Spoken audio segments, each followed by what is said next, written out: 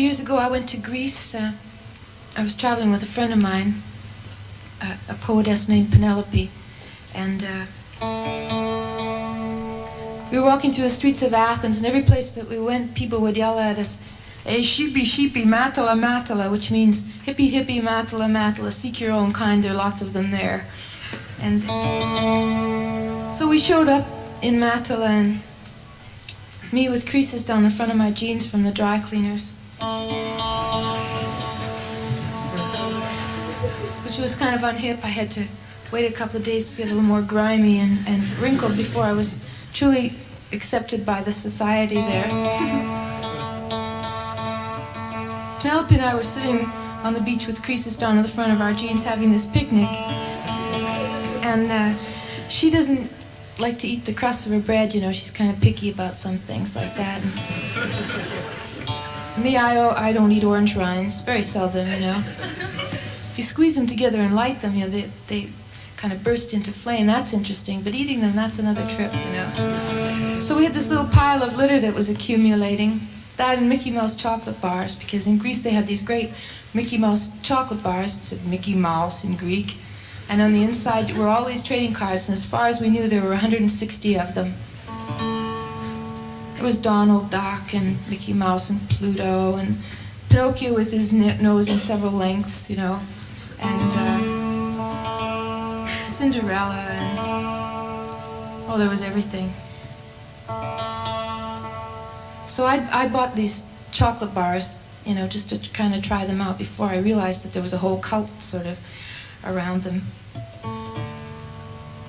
So we picked up this little parcel of litter, you see, that we had lying on the beach, Mickey Mouse wrappers and orange peels and bread crusts, and we followed the strains of the Beatles into this little restaurant called the Delphini Restaurant, and standing behind the counter there was this great-looking guy with a mane of red hair and a little gold heart in one ear and a little gold loop in the other ear and a soiled gray turban on his head, supposedly a white turban. I soaked it one night, overnight in a bidet in a pension in Athens and was evicted, trying to get all the grime of the East out of it. But this time we were strangers, and I handed him this pile of litter, and I said, "Listen, what can we do with this?" And he took it out of my hands, and with a really ferocious look, he threw it all over the floor of the Delphini restaurant. He was the cook there. So I liked him immediately, you know, and we became very good friends, and for his birthday I gave him 10 Mickey Mouse chocolate bars, 8 of which had new trading cards that he didn't have yet, so he was very thrilled. And I made him up this tune, which goes, "Oh, Carrie, you're a mean old daddy, but you're out of sight."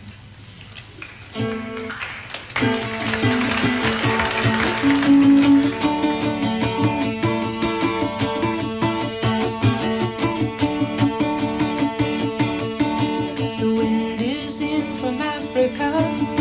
Last night I couldn't sleep. Oh, you know it sure is hard to leave you, but it's really not my home. My fingernails are filthy. I've got peach tar on my feet, and I miss my clean white linen and my fancy French cologne. Oh, Carrie, get out your cane. I'll put on some silver. Ooh, you're a mean old daddy, but I like you fine. Come on down to the Mermaid Cafe, and I will buy you a bottle of wine, and we'll laugh and toast to nothing and smash our empty glasses down.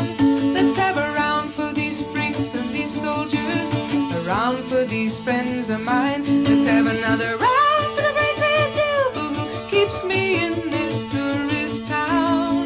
Oh, Carrie, get out your cane, and I'll put on some silver. Ooh, you're a mean old daddy, but I like you fine. Maybe I'll go to Amsterdam, no, maybe I'll go to Rome.